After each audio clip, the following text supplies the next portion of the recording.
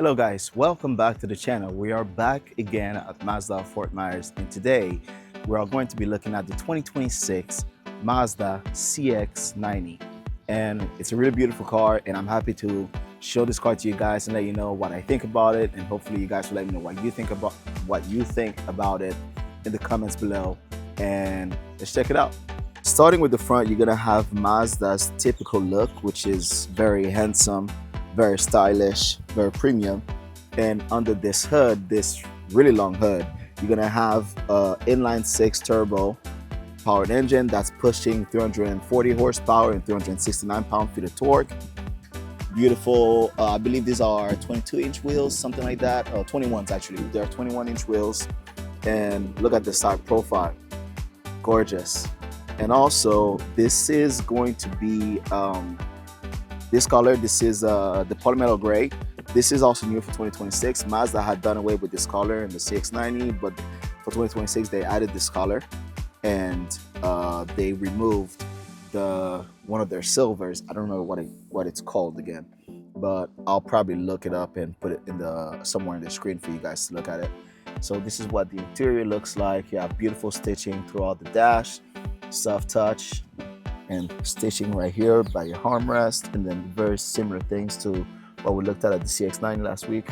Ignore this stuff. You have the key, my camera, and whatever that's called, gimbal. And then you have the same screen here that, well, not the same screen, it's a little bit bigger, but I believe it's the same screen that you find in the CX-70. And here are your buttons. Let's see here, let's get that to focus. Alrighty, now it's in focus again. So you have your buttons to insert, hang up, info, volume controls here, and source controls, your cruise control settings here, and this will help steer. You can see how when I press that, the screen changed a little bit, so that's pretty nice. And then you have Mazda's interesting shifter. I say interesting because everybody's been doing something weird with their shifter, so Mazda was like, why not do something interesting as well? So this is how this works here. And I'm sure you know this if you have a 2024 model year and you're debating getting the 2026 model. This is going to be the same thing. You move it to reverse, then you can put it down and drive. And this is what your cameras look like. Your backup camera and your front camera. This is your backup camera here, and you can change the view a little bit to make it flatter instead of having more of a fisheye look, which is awesome. And I believe you can do the same, yeah, and you can have more fisheye look in the front as well, or a flatter look. I think the flatter look for the front looks better, and I think I like the fisheye for the rear better. Yeah, I think I might like the fisheye, but again, this is gonna be up to you guys if you end up buying this car. It's entirely up to you what you do. And you also have this here, which shows you the side of the car. My door is currently open. That's why it looks that way, as you can see here. All right, so let's park this. Let's go through the entertainment system a bit more. Actually, we're gonna wait. I'm gonna show you a little bit more about the car. So you have your heated steering wheel, heated ventilated seats, 3 stages for both of these, which is awesome. We're gonna leave that at 2. And then climate control settings, you have the things here. So they don't go up, they just go down. And auto, which we're not gonna mess with right now. Your vents, which are pretty good. This is what your vents look like, and then you have a few buttons here. You have your memory seating for your driver's seat, power liftgate. You have a few other things. I'm not really sure what that is, but I'll look this up. To turn off your parking sensors, which I don't know why you would want to do that. And then I-stop off. I believe this is for your engine to shut down when you come to a stop. I'm gonna leave it on for now to see if that's what it is, and then I'll turn it off. I hate that feature, but they have to have for emissions. And then your traction controls off, which you don't really need. Steering wheel feels good. It's nice material. I don't think this is leather. It looks more like a leatherette, but the seats are leather. And what else? This is what the doors look like. Again, premium sound system, of course. This is the Premium Plus, so it has to be. And your auto hold, your control scroll wheel for your screen up here, volume control, start button again, and parking brake up to put it on, and then foot on the brake and push down to turn it off. Again, love the screen here, love the way it looks. You can change from the analog look to the more digitalized look. All right, let's go take a look at the rear seats, which is probably what a lot of people want to know about, right? So back here, there we go, in focus again. So this one has the captain seats basically. You have cup holders in there, armrest. Let's see. A little bit of room in here, which looks like this might be a little, that's deeper than the front. And look, not longer, but deeper in there, which is nice. Let's adjust the seat. So manual adjustable seats, so they're not powered in the rear, which I think they should be powered. I mean, it's their top of the line model. However, I'm very happy about this. You have ventilated seats in the back as well, and heated seats in the back, which is pretty nice. That's pretty neat. And your climate control, so it's a tri-zone climate control. You have dual zone up front, and then in the rear they can control theirs as well. And of course, the big sunroof or moonroof, whatever you want to call it, which is awesome. Alrighty, now let's check out the third row. So when getting something like this, chances are you're gonna need access to the third row. It's pretty easy-ish to access. All you have to do is flip this thing here, and then you jump in the back, and then this is it here. Let's put this back. Alrighty, I'm gonna put the camera down a little bit so I can adjust the seat to somewhere where somebody will actually be sitting, so it can be more natural. Oh, I can't push it in. Alrighty, so I couldn't push this farther. I don't have somebody helping me out, but I actually reclined the seat back a little bit. I have plenty of room, and this person doesn't have a lot of room. So I don't think that's a fair, what do you call this? I don't think this is a fair comparison, because somebody will probably be sitting up all the way up to maybe pushing it at least up to here. So if it's right here, let's say the seat gets up to right here, this is probably about as much room I'll have. It still won't hit my legs, but I can really, you know, move my legs and get a little bit more room. And I'm 5'7", so deal with that what you will. This back seat is great for kids. Anything bigger than that, I would say no. You have USB-C ports for them, so they can charge their tablets and stuff. And this is actually a 3-row, so you have a really tiny seat in the middle and its own seat belt, and of course another seat right here. So this is for 3 very small people to sit back here. And then you might have car seats here. So this could get you going if you have a big family, and yeah, you need car seats in the middle row, and you need your kids to get in the back seat. But if your kids are getting really tall and getting really big, this is not going to be the vehicle for you. Just being straightforward about this. It's a great car, lovely car, but as far as third row goes, I don't think there are any third rows in the market that actually make sense if you have bigger kids. If you have bigger kids, you need a minivan. You might not be happy about that, but that's what you need. All right, let me get out of here. Getting out is not very easy for me. I have a torn meniscus, so my knee is bothering me a little bit right now, but I'm gonna put the camera down again so I can get out.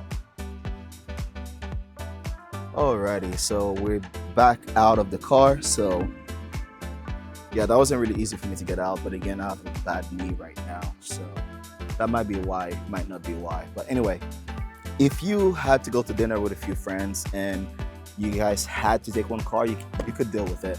It wouldn't be that bad. But if you are going for a longer trip, I wouldn't take this car. Now, let's check out what the storage area looks like. So you have all the seats up in the third row, and this is the amount of room you have left. And you have my gear bag, my other gear bag, my other gear case, and then you have a few things from Mazda. So it's not a lot of room. You can probably fit like maybe 3 or 4 carry-ons in there, and that's about it if you're using all your seats. However, if you don't need them and you are gonna be putting the seats down, then you have a lot more room to work with. So this is what it would look like. This is all very easy to put up and down.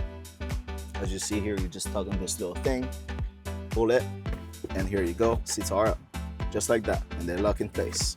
So very easy, and then you have a little bit of storage underneath here as well. It's not much because you also have your spare tire down here. Then to your power, what do I call it? Power trunk to close the trunk, and then also to lock the car. And of course, this power lift gate is adjustable. So if you're somebody who's shorter, you can get it to go on so high, so you don't have to worry about jumping to close your trunk every single time.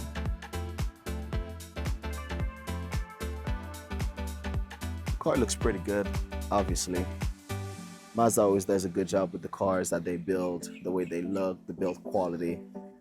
Always satisfied with that. Alrighty. Now that I have everything set up, all the cameras are set up around the car. Well, the camera is set up around the car. We are good to go. That was the one thing I was forgetting earlier.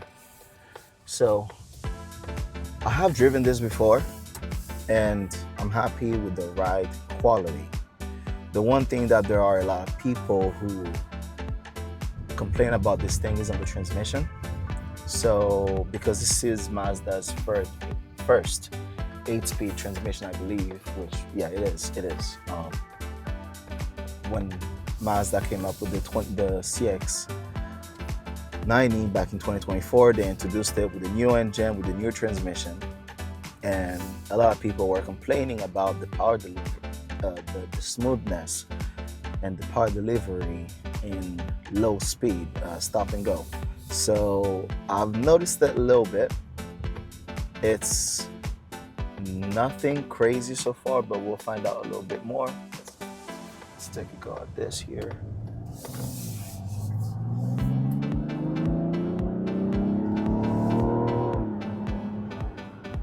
Okay. So it seems a little hesitant before it gets up and go. Then it starts getting up and it goes. So that's probably what people are talking about. But it's not bad. It's not bad at all. And I like the way this feels. It's very smooth, very quiet. And I'm going 50 miles an hour right now. And I was worried about the roof racks, because this one has roof racks installed, and I'm not hearing any whistling sound. Because sometimes when you have roof racks in a car, you hear that whistling sound and it's very unpleasant. But I'm not really hearing that. I'm hearing the wind because of it. But I'm not hearing a whistling sound, and I'm not really hearing the wind really loud either. So it's pretty good. That was my main concern, was the way the drive would feel and the roof racks up there. Now, of course, it's gonna have the heads-up display, which is awesome, and it also shows you your speed limit, traffic signs, and all that stuff, and obviously your speed. Car feels good. It's not as stiff as the car we reviewed last, which of course it shouldn't be, because this is Mazda's premium SUV, more relaxed, hoping to compete with more premium brands like BMWs, Mercedes, Lexus even, I guess.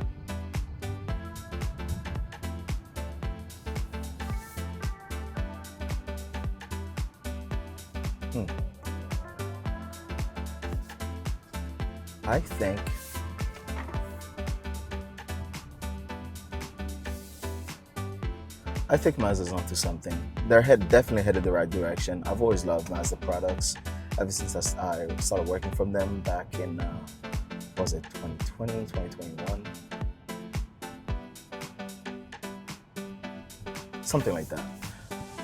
I was very happy when Mazda decided to come up with the inline six. I think it's something that is awesome. I mean, you have BMW's success, I think, rides on their B58 engine. If that, I could be wrong, but I think that's the engine code for it.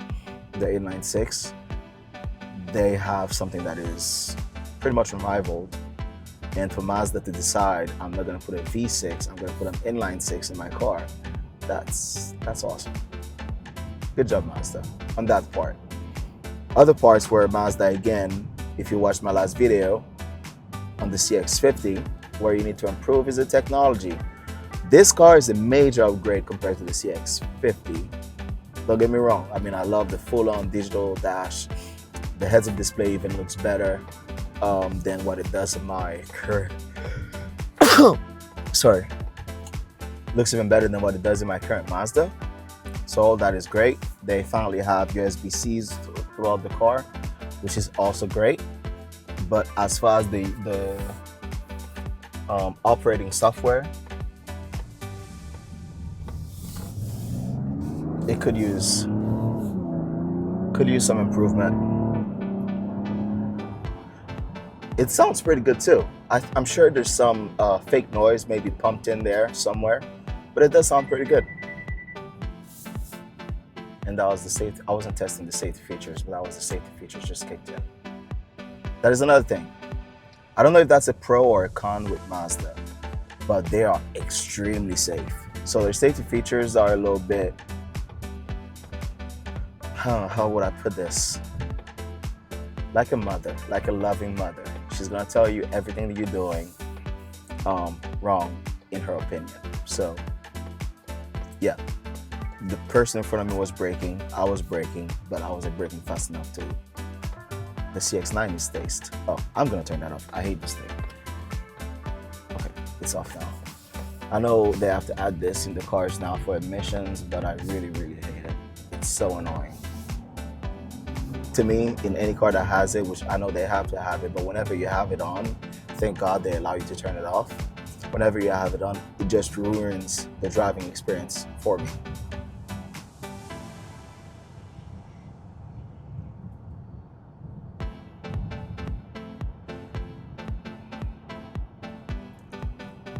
Feels very smooth, but also very responsive. I mean, I'm not feeling like any crazy body roll, anything like that going through the curves. It feels very planted.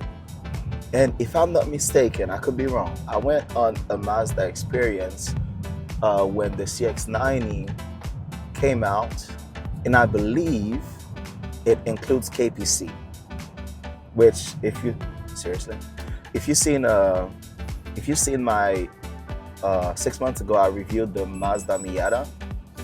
Oh, thing's dying.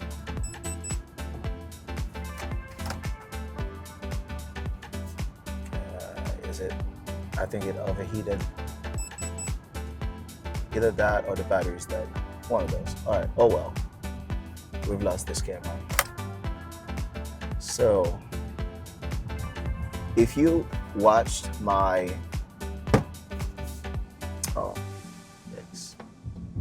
if you've seen my Mazda CX, no, not CX.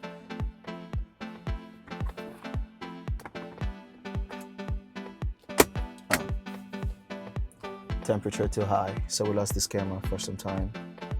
And also the battery is at less than 10%, so gotta charge it. I'm gonna let it rest outside a little bit.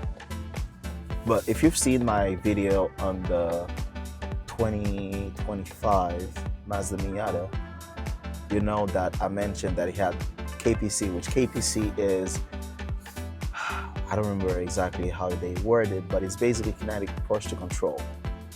Kinetic posture control. So basically what it does, it reduces the body roll of the vehicle as you are going through tight turns and things like that.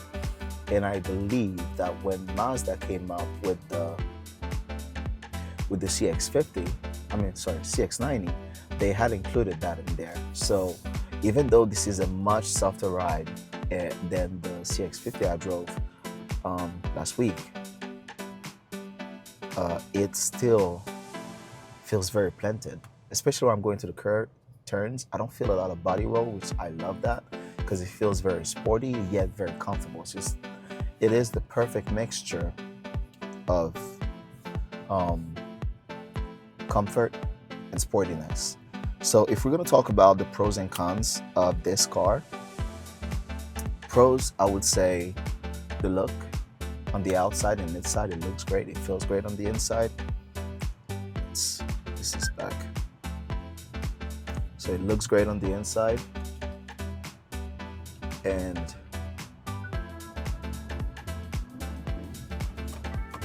yeah, it looks great on the inside. Looks great from the outside. So it's a very, very handsome car. And so that's one of the pros. Drive feels nice. In the same area in the drive, even though it feels really nice the way it feels, and it's got enough power, 369 horsepower in the model we're currently driving, so that's pretty good. So even though it has these things, a con when it comes to the driving side as well would be at low speed, it feels a little uncertain, but once it gets over that, it's very good. So that would be the only con when it comes to the driving. Now, technology-wise, pros and cons. The driving cluster looks great. The display over here, the digital display, looks great, perfect. However, the infotainment system is lacking, like every other Mazda out there, except for the Mazda Miata. The reason I say except for the Mazda Miata is because the Mazda Miata is a driving car. Like, you don't need anything in that car. You don't need any technology. You don't need anything. You just need to get up, get in your car, and drive. That's it. So that is why I said except for the Mazda Miata. I mean, like, they upgraded the screen. The minute they had upgraded the screen, that's all that was needed for the Mazda Miata, in my opinion. But technology-wise, they could do better. Could have a better screen, better features, and things like that. But safety-wise, perfect car. I mean, this is one of the safest cars. Mazdas in general, they're one of the safest cars on the road. So I have no complaints when it comes to safety. Oh, no. Let me rephrase that. I don't have a lot of complaints when it comes to safety. The safety features can be a little overzealous, but the beautiful thing about it is that you can always adjust the sensitivity on them. So if you don't want it, I believe this one might be on standard. I haven't checked, but that's what it comes from factory. It's usually in the middle range, but you only have 3 ranges. You have low, medium, high. High is gonna be extremely paranoid, so I definitely wouldn't recommend high. Low might be a little, depending on how you drive or what you care about, might be a little too lax, but it's still good to some people. I generally leave mine in medium, even though sometimes it's annoying, but it's the good medium for me. Is that would be that. How easy is it to park? Very easy. It's a big car, but it's very easy. Especially when you have the 360 camera, super easy. I mean, look at this. I'm gonna move forward. I said it's easy to park, and I proceeded to be more on the left than on the right side. Driver error, not car error. Alrighty, so now that we're back at Mazda Fort Myers, just gonna go over a few things that I think are pretty important. So for 2026, some of the new things we have. Obviously, I mentioned at the beginning of the video, you have the Polymetal Gray, which is new for the CX-90 for 2026, and also you're gonna have the Turbo Premium Sport, which is going to be a new trim level available with this, which is basically just going to give you blacked out options. So blacked out front grille, blacked out badges throughout the car, and some beautiful black wheels. So it looks pretty good. I hope you liked this video. If you have any questions about this, things I should have answered for you and that I did not, please leave a comment down below and I'll go over. Please leave a comment down below and I'll respond. English isn't working for me very well today. I'll respond in the comment section, and if there are any other vehicles you'd like for me to review, let me know, and I'll take a look at it, review it, and let you know what my thoughts are on it. And again, please like, subscribe. Thanks for watching this video, and we'll catch you guys later soon.